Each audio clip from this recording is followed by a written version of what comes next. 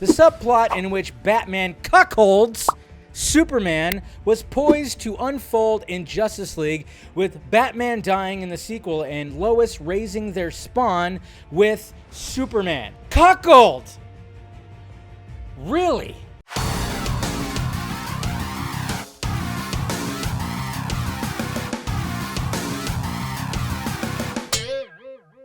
Newsflash, guys, Tatiana Segala is still a What's happening, guys? Dave the Film Junkie here. Yes!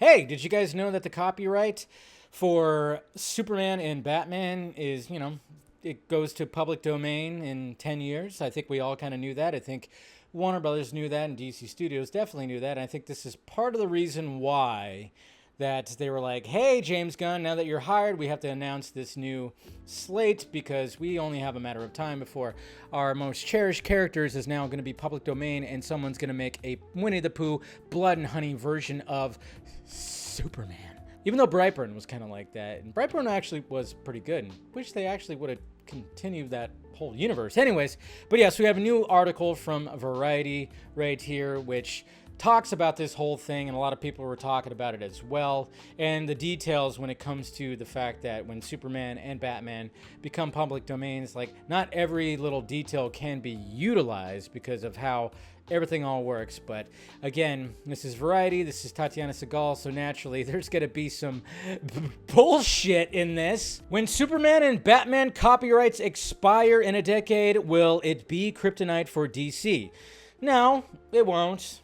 Because, well, the details are in the article. The details are definitely in the article of why it won't be kryptonite. But at the same time, it's like, well, yeah, I mean, hopefully this doesn't cause, a rush to what James Gunn is trying to do with his DCU. About a decade ago, Zack Snyder developed a storyline for the DC Extended Universe that involved Bruce Wayne impregnating Lois Lane. The subplot in which Batman cuckolds Superman was poised to unfold in Justice League, with Batman dying in the sequel and Lois raising their spawn with Superman. Cuckold! Really? Alright, Snyder's vision for Wonder Woman was equally unorthodox, with visuals featuring a superheroine who brandished the decapitated heads of her conquered enemies like an ISIS jihadi. Okay. So he decided to just kind of bring an R-rated and gritty approach and do something that would make people who get offended easily, like the writers here, squirm in their pants. Warner Brothers and DC Studios, which hold a firm grip on their intellectual property, rejected Snyder's ideas, which were deemed super creepy, according to a source familiar with the back and forth. Is it an actual source, Tatiana? Or is it what you think? Something tells me it's what you think. Lighten up a little fucking bit, will ya? DC declined to comment on this story. A representative for Snyder did not respond to a request for comment either. Of course they didn't. But in the next decade, artists and rival studios won't need permission to create their own take on the characters. Yeah, you reached out for your hit piece and nobody wanted to respond? Shocker. Maybe internalize. Jesus H. Christ. The DC characters are the next major expirations looming on the horizon. Superman and Lois Lane will enter the public domain in 2034, followed by Batman in 2035, the Joker in 2036, and Wonder Woman in 2037. Chris Sims, a comic book author and Batman expert, expects a flood of unauthorized Batman comics to hit the stands as soon as the copyright expires. Will we even have comic book shops in 10 years? That's what I kind of wonder when it comes to all this. But all right, there's going to be 100 of them, he says. They're going to have them ready to go. Movie producers will also be able to make their own versions, much as they already do with public domain characters like Dracula and Robin Hood, though in the beginning they will have to stick with the original versions of the characters. You get Batman, but you don't get Robin. You get Superman, but you don't get Kryptonite. Not to mention there's a thing when it comes to the symbols on the chest. You don't get the bat symbol. You don't get the Superman emblem. You don't get that, the S.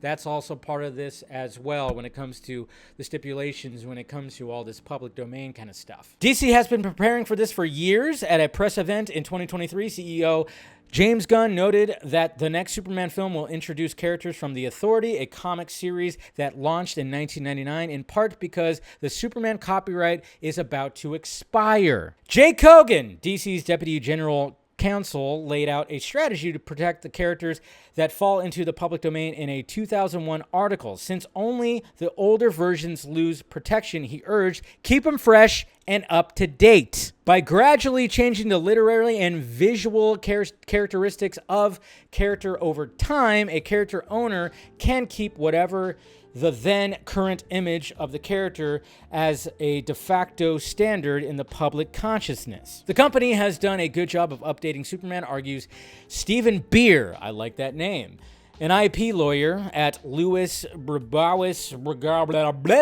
The public's perception is the contemporary Superman. It's distinctive, he says, that gives them a lot of protection. The public should be conditioned to view any works from unrelated parties featuring a trademark owner's characters as second-rate knockoffs. Read the article, guys. They get into all the stipulations with that. But I saw some people even say, like, can you imagine, like, 10 years from now, like, Kevin Feige decides to do a version of Superman or something like that? I don't know.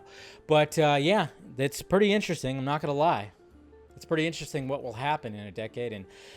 And obviously, when it came to Winnie the Pooh and Bambi and Mickey Mouse, I mean, these creators did not wait. They did not wait. They already had everything laid out, but it wasn't made public until, January 1st. And then all of a sudden, we're getting all this. We're getting all this. So it's actually going to be kind of fun, I think.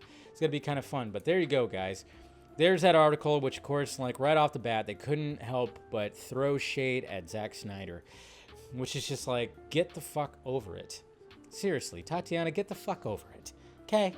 Just get over it. There's nothing wrong with that. Just get over it, okay? We get it. You hate the man for some reason.